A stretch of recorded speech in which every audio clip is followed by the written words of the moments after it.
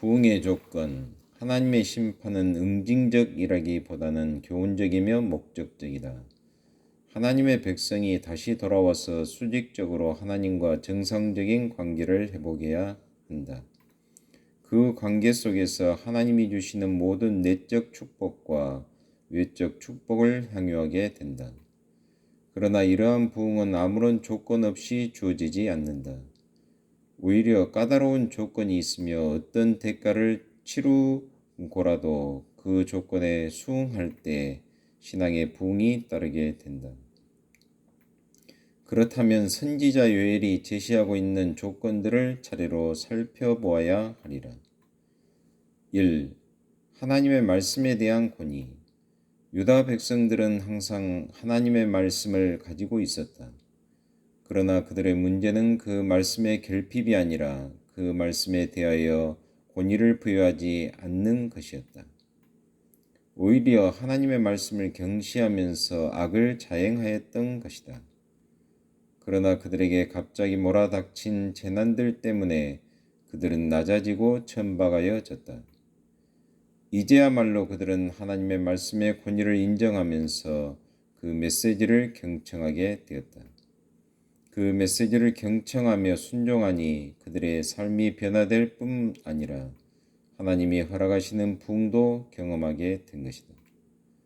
그러면 선지자 요엘이 하나님의 말씀을 어떻게 받아들였는지 살펴보아야 하리라. 요엘서는 이렇게 시작된다. 여호와께서 부두엘의 아들 요엘에게 이르신 말씀이라.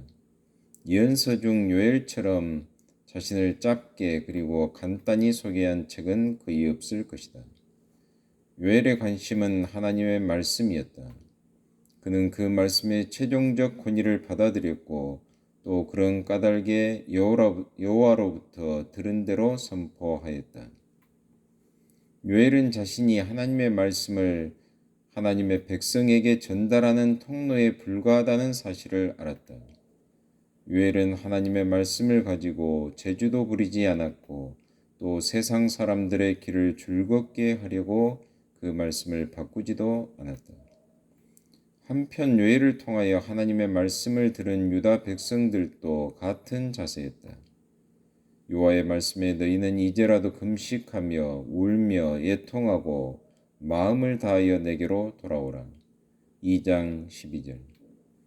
하나님의 말씀이 요엘을 통하여 권위 있게 선포될 때 영적으로 굶주리고 상한 심령들이 그 말씀에 귀를 기울일 뿐 아니라 순종의 역사가 있었고 아울러 부흥이 뒤따랐다.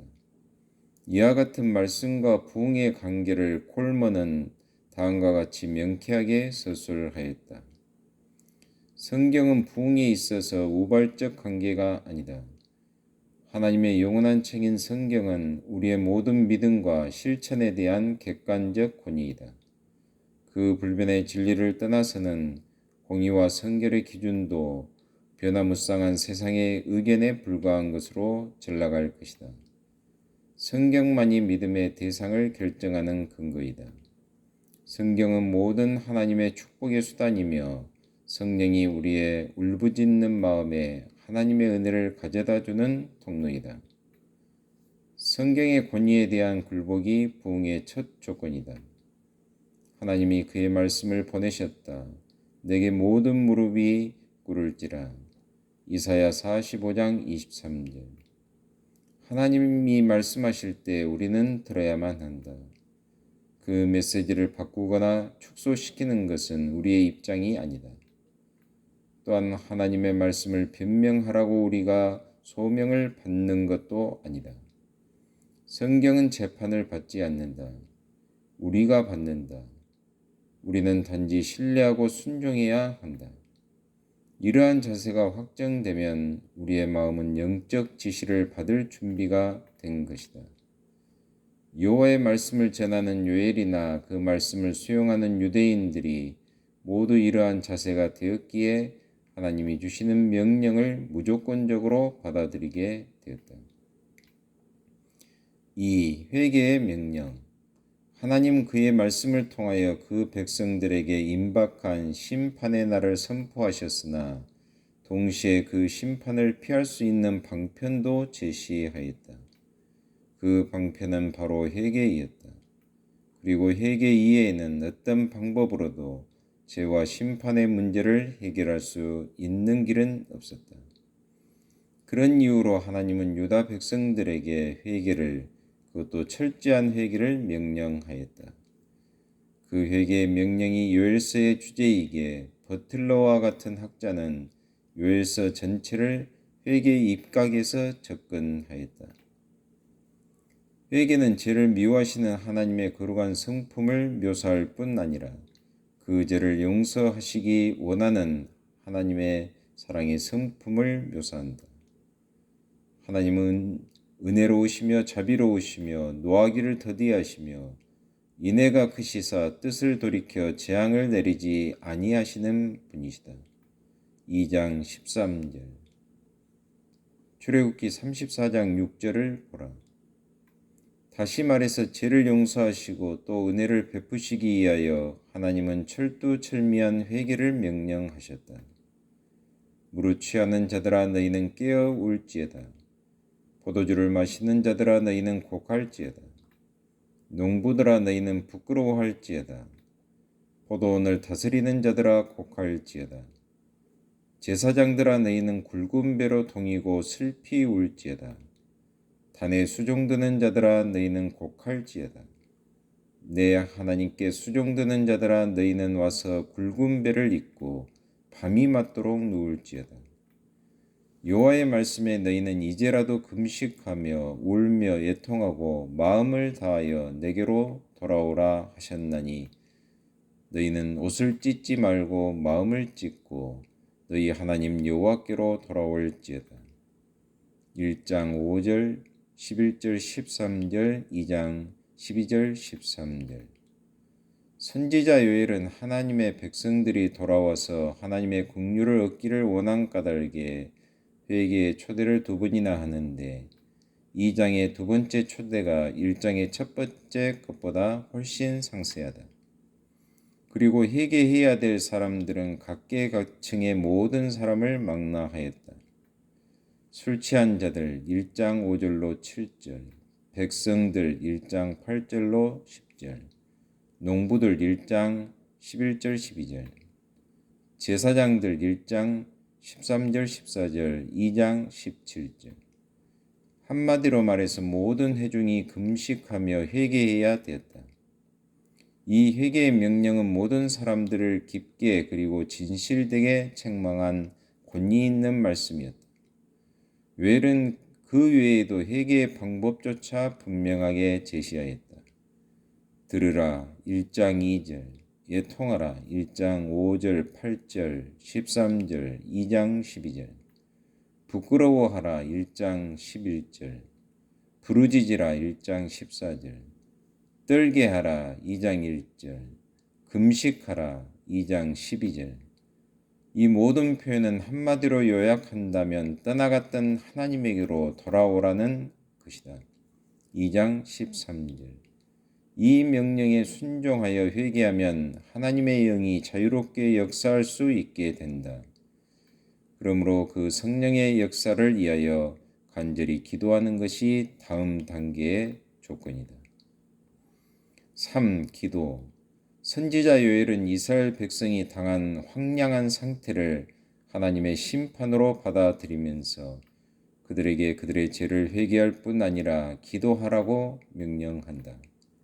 너희는 금식일을 정하고 성회를 선포하여 장로들과 이 땅 모든 거민을 너희 하나님 여호와의 전으로 몰수히 모으고 여호와께 부르짖을지어다. 백성을 모아 그 회를 거룩하게 하고 장로를 모으며 소아와 젖 먹는 자를 모으며 신랑을 그 방에서 여호와께 수종드는 제사장들은 낭실과 단 사이에서 울며 이르기를 여호와여 주의 백성을 긍휼히 여기소서. 주의 기업으로 욕되게 하여 열국들로 그들을 가난하지 못하게 하옵소서. 어찌하여 이방인으로 그들의 하나님이 어디 있느뇨 말하게 하겠나이까 할지어다. 1장 14절 2장 16절 17절. 먼저 제사장들은 애통의 표시인 굵은 배로 옷을 입고 밤낮으로 끊임없이 기도해야 했다. 1장 13절, 2장 17절.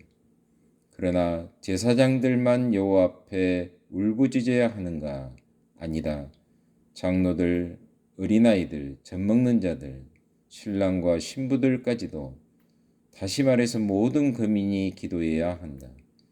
왜냐하면 모든 사람이 예의 없이 범죄하였고 그 결과 모든 사람이 심판을 피할 수 없기 때문이었다. 그러나 그들의 울부짖는 기도는 하나님의 심판을 면하게 할 것인데 그 이유는 주님의 기억과 주님의 이름 때문이다. 그렇다면 어떤 방법으로 기도해야 되는가? 굵은 배의 옷을 입을 뿐 아니라 1장 8절 13절 금식도 해야 한다. 유대의 금식 성에는 모세로부터 전래되는 습관으로 특히 이스라엘 백성이 1년 1차씩 대성회로 모이는 속죄일에 있었던 습관이었다. 레위기 16장 29절로 31절. 그날 이스라엘 백성이 그들의 죄에서 속죄받기 위하여 금식하며 스스로 괴롭게 하였다. 그러므로 선지자 요엘은 그 간섭에 따라 유다 백성에게 죄를 용서받고 깨끗함 받기 위하여 스스로 괴롭게 하면서 금식하며 기도해야 된다고 외쳤다. 그러나 요엘은 그의 동료들에게만 기도를 요구한 것은 아니었다.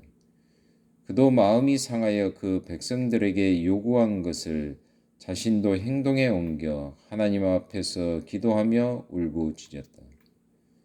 여호와여, 내가 주께 부르짖으오니 불이 거친 들의 풀을 살랐고 불꽃이 밭의 모든 나무를 살랐음이니이다.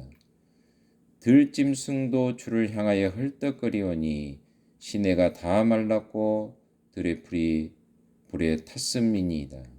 1장 19절 20절. 이 기도는 언약의 하나님에게 그 백성이 감수하고 있는 비참한 상황을 아랠 뿐 아니라 하나님의 지혜와 능력과 은총에 따라 그 백성을 구원하여 주실 것을 부탁하는 간구이다.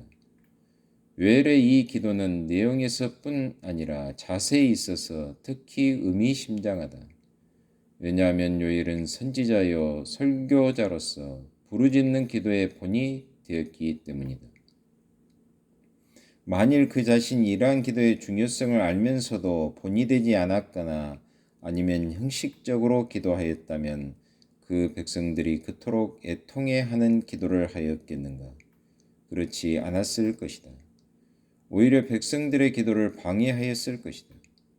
그리고 요엘과 유다 백성들이 한 목적을 가지고 이처럼 간절히 기도하지 않았다면 하나님의 축복을 경험하지 못했을 것이다. 기도가 없는 곳에 부흥이 일어나지 않기 때문이다.